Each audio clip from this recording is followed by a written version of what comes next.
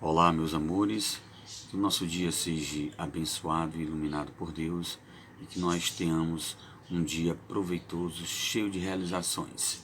Hoje vamos dar início a mais uma aula de português, leitura 2, início de conversa. Vamos estar tratando sobre assunto de poesias e poemas, como a gente estava também anteriormente, naquele trabalho, e vamos falar de um poema de Manuel de Barros, bastante conhecido na literatura brasileira, O Menino que Carregava Água na Peneira. Há diversos poetas brasileiros que escreveram ou escrevem poemas belos e com muitas sensibilidades. Dentre eles, podemos destacar Manuel de Barros. Esse poeta escreveu para um público adulto e infanto-juvenil. Seus poemas são conhecidos por tratar de temas simples que muitas vezes passam despercebido por nós mesmos. O Menino que Carregava Água na Peneira. Tenho um livro sobre água e meninos. Gostei mais de um menino que carregava água na peneira. A mãe disse que carregar água na peneira era o mesmo que roubar um vento e sair correndo com ele para mostrar aos irmãos. A mãe disse que era o mesmo que catar espinhos na água. O menino que o mesmo que criar peixes no bolso. O menino era ligado em despropósitos. Quis montar os alicerces de uma casa sobre orvalhos. A mãe reparou que o menino gostava mais do vazio do que do cheio. Falava que os vazios são maiores e até infinitos. Com o tempo, aquele menino que era cismado e esquisito, porque gostava de carregar água na peneira, com o tempo descobriu que escrever seria o mesmo que carregar água na peneira. No escrever, o menino viu que era capaz de ser noviça, monge ou mendigo ao mesmo tempo. O menino aprendeu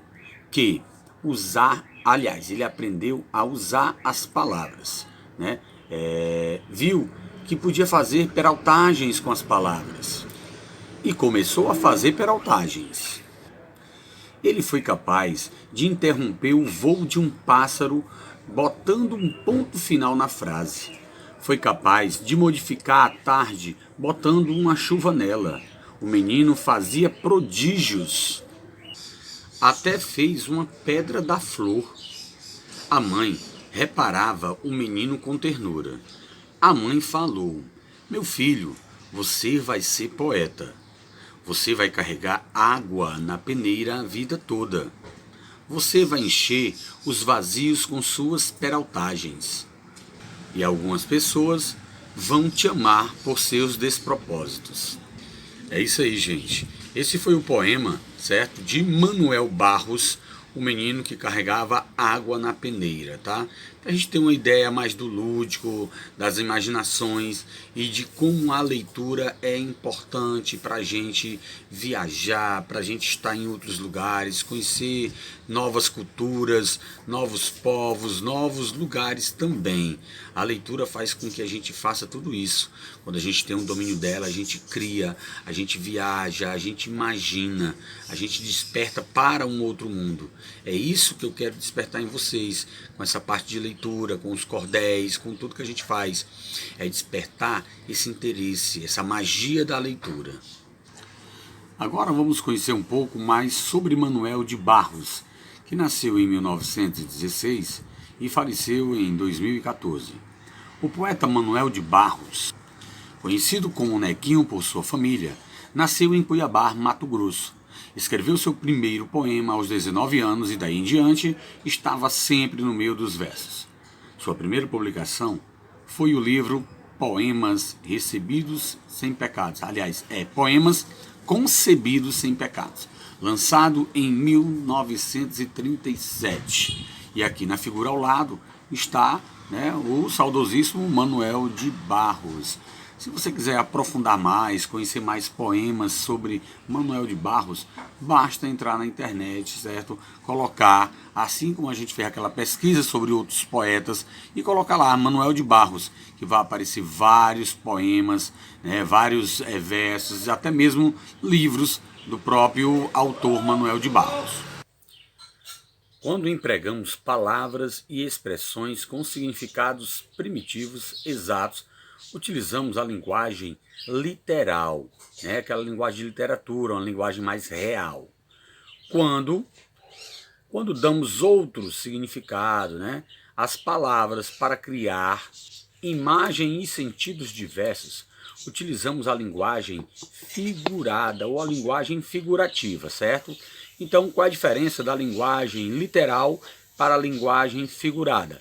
A literal é a linguagem mais real, aquela que nós tratamos com mais seriedade, com mais realidade, coisas que acontecem, coisas concretas.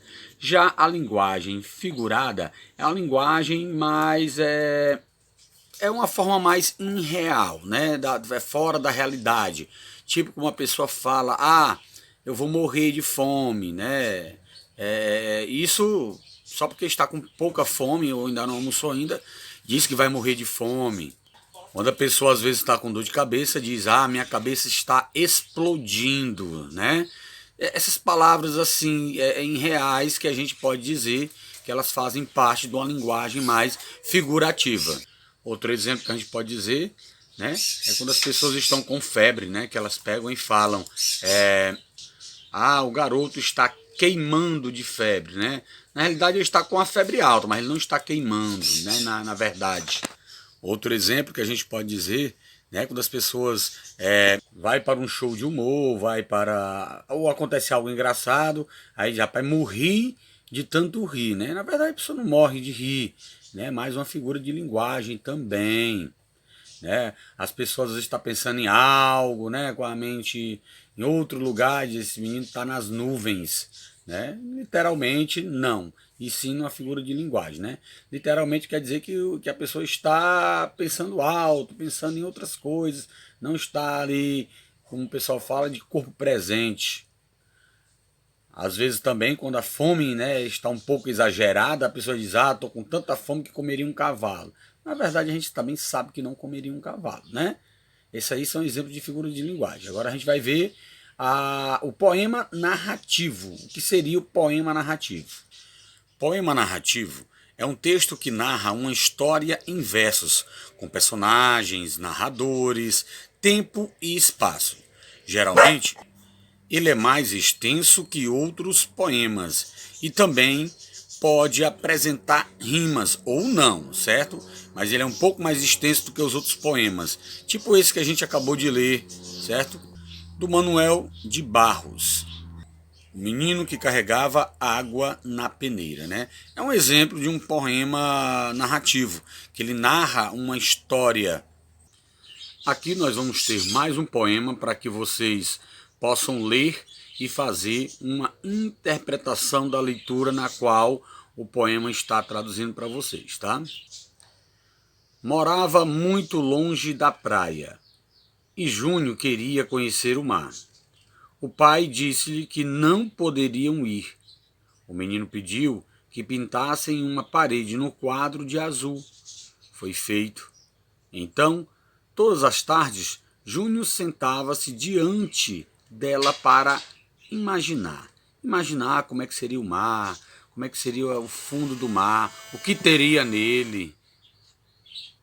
Como eu disse anteriormente, vamos praticar leitura, vamos entrar nesse mundo mágico e imaginário da leitura, para que na nossa próxima aula a gente possa aprofundar mais ainda a parte de poemas e poesias, e vocês criarem o próprio poema de vocês. Mas para isso temos que ler, temos que conhecer, temos que viajar nas nossas leituras, tá? Fica aí a dica e uma boa aula para vocês.